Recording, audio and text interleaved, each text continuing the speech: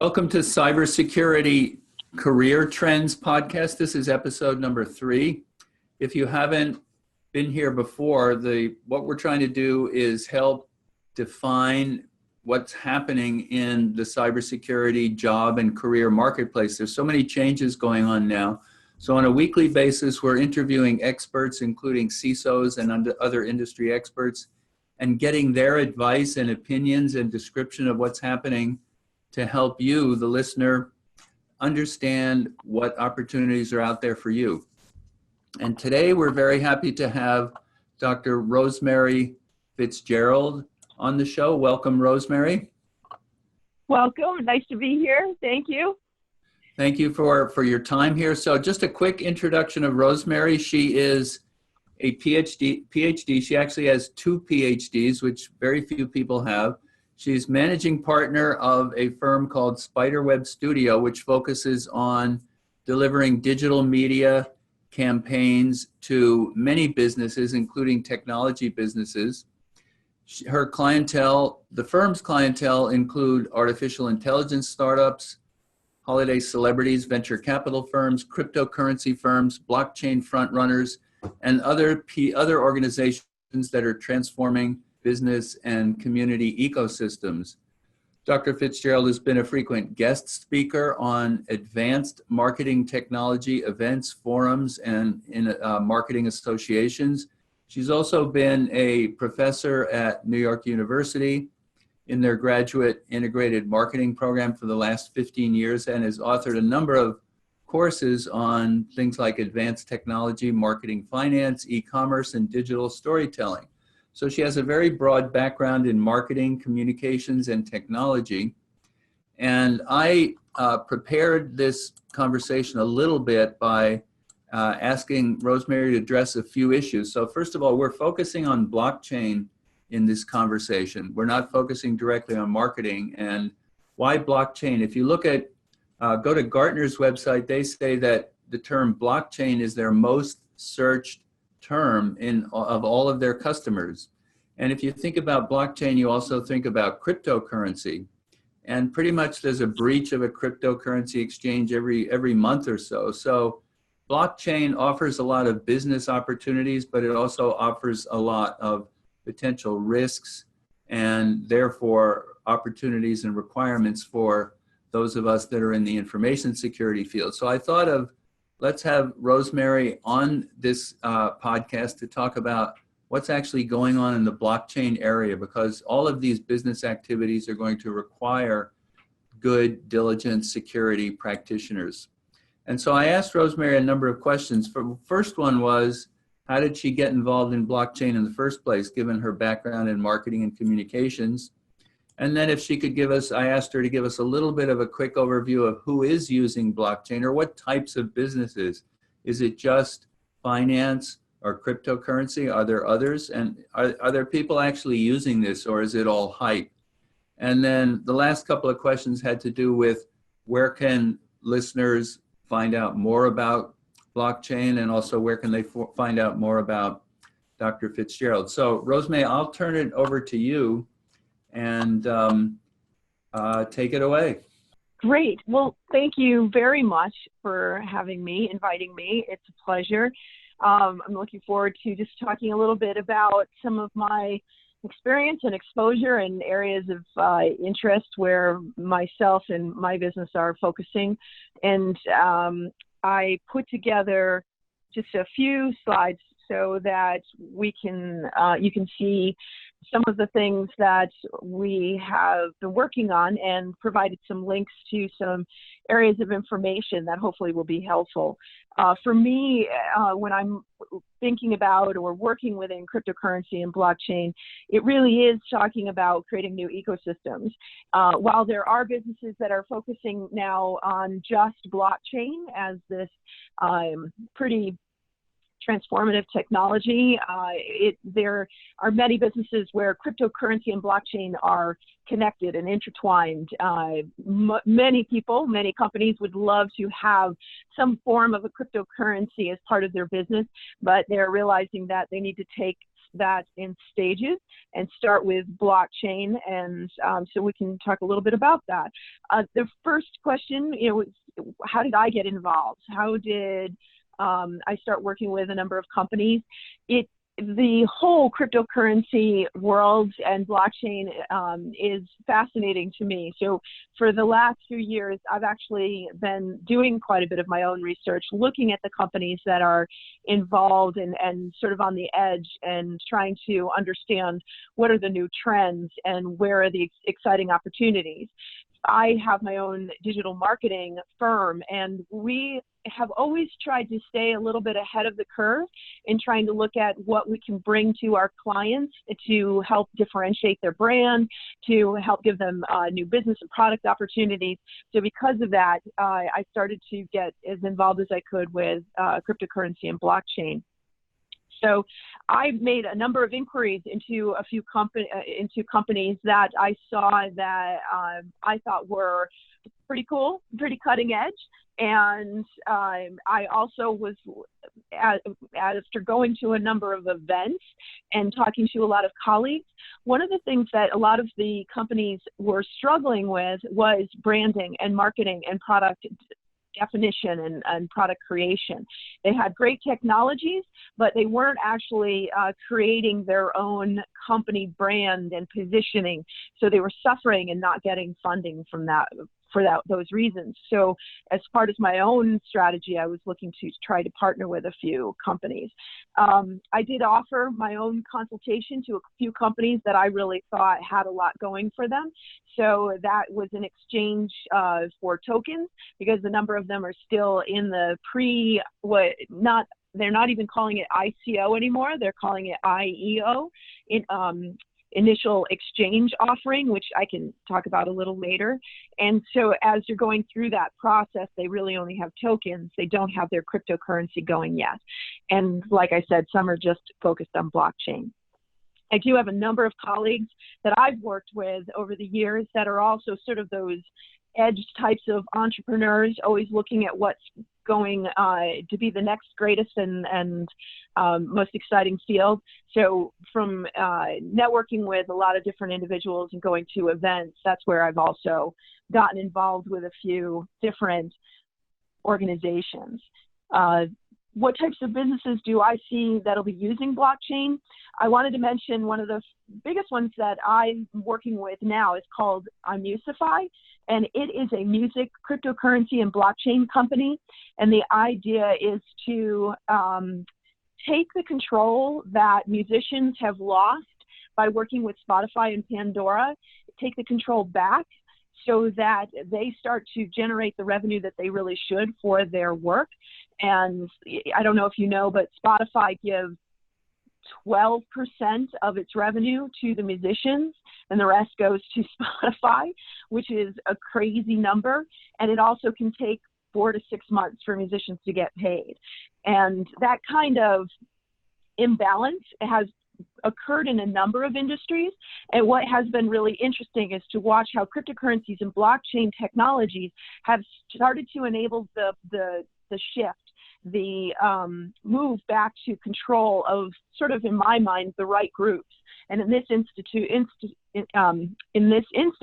with Imusify, it's for the musicians.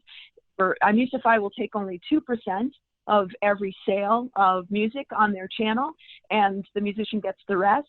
The other drastic and wonderful change is how users of all these different technologies and channels are getting appreciated at a much different level. So Imusify, for example, every time I like a song or share a song, I get cryptocurrency in exchange. So now I'm valued as well as the musician is valued, and not just the organization that's providing the platform like Spotify. And just so you know, Spotify and Pandora and all those are also looking into their own cryptocurrency. So they realize that it's the wave of the future. Imusify, I'm helping with marketing and products, and they're now going through their initial exchange offering. The other channel. Rosemary, can I ask a question? Is Imusify up and running so that listeners could go buy music right now?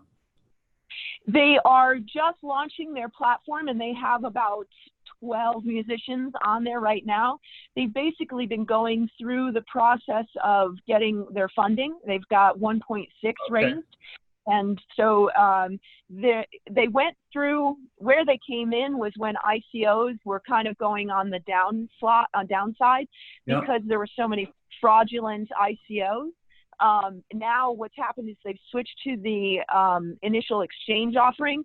So there are certain exchanges, cryptocurrency exchanges, that are helping to secure someone's investment. So what they do is huge due diligence on the companies that want to get funded, to know that they're a real organization, that they have products and a business and an infrastructure, and they're connected financially in the right ways. So it's almost like these the exchanges are helping to sort of certify the different companies. And that's where they are right now, which is great. And their product is up and running and working. I put the link to their website, and you can actually join and become a part of the community right now. Thank you. Which is fun. Sure.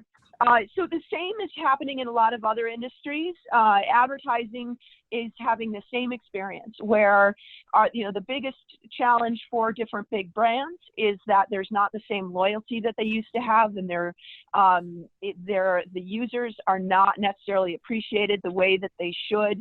So let's just say a large brand now can, in exchange for you liking an ad, they can give you cryptocurrency, or they can give you, some kind of incentive for participating in their community. What's happening is that there are environments that are being created that just house users and just collect people that are interested in getting an incentive from a large brand, but you don't have to give up your personal information.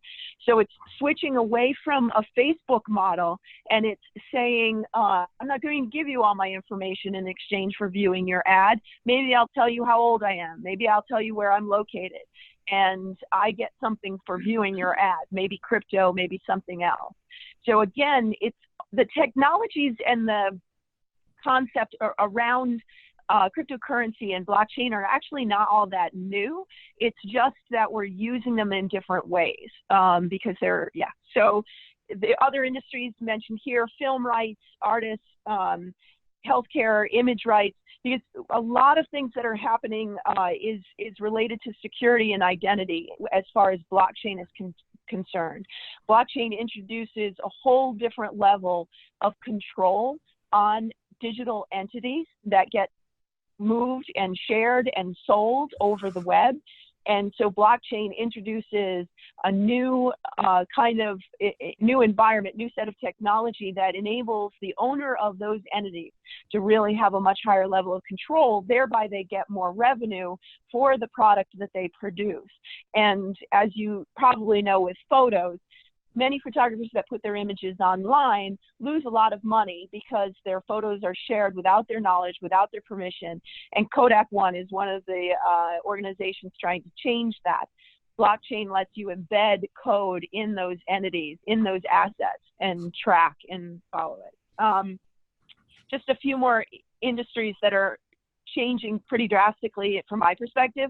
Certainly in the sports field, a number of sponsors are actually paying athletes with cryptocurrency, with their own exchange, or sometimes, incorporating an existing exchange into their business. So there are some leading sports figures that are actually taking part in that and making some money. What's interesting too is that some very famous athletes are creating their own businesses based off of blockchain. The first one, Lionel Messi, I'm sure you know, he's creating a company that's developing the first blockchain-based secure smartphone, and it's also a computer. So you'll see that there are so many different types of technologies coming out of blockchain. Celebrities are really getting into how they can utilize their own brand and create a blockchain world around their brand, and eventually, creating a cryptocurrency or utilizing an existing currency. for sure in banking. There are a lot of people trying to figure out how banks can actually get behind blockchain and cryptocurrency technologies because of the opportunity. So there are many leading financial individuals that are rethinking how the decentralized kind of financial markets can be connected to the centralized, which I believe you guys are studying quite a bit of the finance industry. Case studies for businesses that are using blockchain outside of cryptocurrency. I recently went to an event that was hosted by IBM, and if you spoke to any of their representatives, they will very clearly and demonstratively say that they're not into cryptocurrency at all. What they've created is a huge suite of products all around blockchain, and it's actually one of their biggest growing areas in their organization.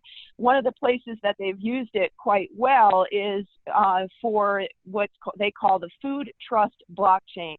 And as you may know, for a lot of grocery stores, if in case they need to be able to track food much more in detail and much quicker, and have more information at the ready, because let's say there is lettuce, and they've found that there's a problem with lettuce in the Northeast.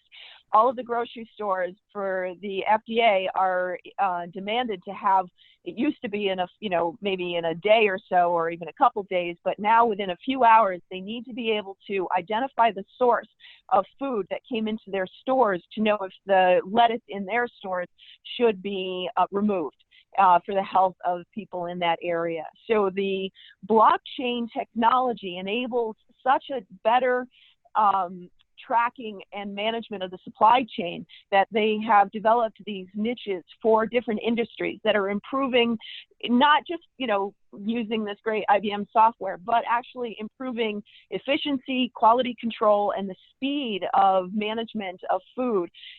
Retail organizations like Walmart are certainly utilizing it to understand where food is being sourced.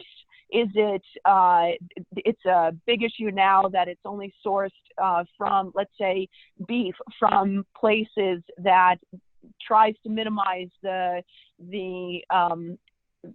killing of animals and minimizing the issues related to that. So they want to know exactly where food is sourced from so that they can represent themselves in the way that matches to their brand. So also we mentioned Kodak One, which is really trying to protect and help distribute, track, and license not just images, but also videos, which is becoming a great big industry trend. The thoughts on how you might be able to learn more about cryptocurrency and blockchain? Certainly one of the channels which is the most active is called Telegram. This is where a lot of up-and-coming blockchain companies, cryptocurrency companies are networking and interacting with potential investors, but also with the community when they're looking at new ideas or finding new technologies. So getting involved on that particular social media channel is a great way to be active. I will give the caveat that there's a recent stat that said 80% of the ICOs are scams and 57% die before the 4th month, which is fascinating. But it's why we go back to the IEOs, the initial exchange offering, which is where the different exchanges are putting their brand on the line for certain companies and backing them and confirming that they're a secure, real, robust organization and investors aren't losing money. The industry events, while they're still a little bit of a Wild West kind of show, are a lot of fun still to go to. They're not like the regular trade shows that you go and everybody seems like it's the same thing. The showcase kinds of trade shows are really fun, and they do some pretty wild and wacky things to get users and potential investors. I know in New York City there was an event, and the group that put on the event wanted more and more users, so they went and rented 4 Rolls Royces and parked them outside their event for the 4 days that it went on, just to look impressive. But the only problem was everybody found out that they were fake, which was interesting. Where can you learn more about me? You know, we're the most active in this field on LinkedIn is where I've been networking. I should mention, just as part of my own process, I did reach out to a few different companies asking about getting involved and seeing if I could help them or, you know, participate in some way. And I also got involved with a few companies that were not on the up and up. One of the areas, healthcare, that we didn't go into very much, I got involved with a company that really was using cryptocurrency and blockchain as a scam, where they would say to potential users, you get cryptocurrency in exchange for your membership as part of this healthcare organization, where you get discounts once you join, you get discounts on massages or, you know, different types of treatments that you might get. And it ended up that it was actually just a scam. So I wanted to warn you on that. And it is an industry that's still trying to figure itself out as far as branding and marketing. So they're not as advanced as any of the other industries that are out there, but in a way that's kind of fun. And like I said, for me, you know, to learn more about what I've been doing, I've been speaking more and more at different types of events. And it ranges from just an educational forum I was at where we were talking about what it would mean to private schools to have their own cryptocurrency and blockchain, especially blockchain, for tracking, you know, a student's progress all the way from undergrad through graduate school. Blockchain could give you a very private and very valuable file of all of the things that you've done in your career, which could be of use and could be, like I said, very valuable. So I can give you this PowerPoint and any information if you want to continue to follow me, or just reach out to me if there are any questions or anything I can do. I'd be very happy. Wonderful. Thanks very much, Rosemary. Let's see if I can switch back to me here. There. I stopped the share. Okay. Pin video. Okay, I think I'm back. So thanks again for your thought-provoking comments. And what I'm hearing is that this whole area is ideal for information security professionals. It's an area of high risk and high reward, and it's just getting going. So I encourage anybody listening to really learn more about this field and how you can impact it. And I started with a quote from Gartner. I have another one from them. They're saying that by 2023, which is only, I guess, 3 years from now, blockchain, they say, will support $2 million worth of goods and services annually, support the tracking and global movement of $2 trillion worth of goods and services. So that's pretty huge growth rate. And anyway, thanks. Yes. So any further comment on that, Rosemary, or do you? No, I think you're exactly right. That the different areas that the technology can get into we just touched on it. It's almost any field, any area can have, you know, new explosive opportunity because of it. So it's really a lot of fun. Yeah, thanks so much again, and thank you all for listening. And next week we'll have another show with another leader in cybersecurity, and appreciate you all listening, and have a good afternoon. Thank you.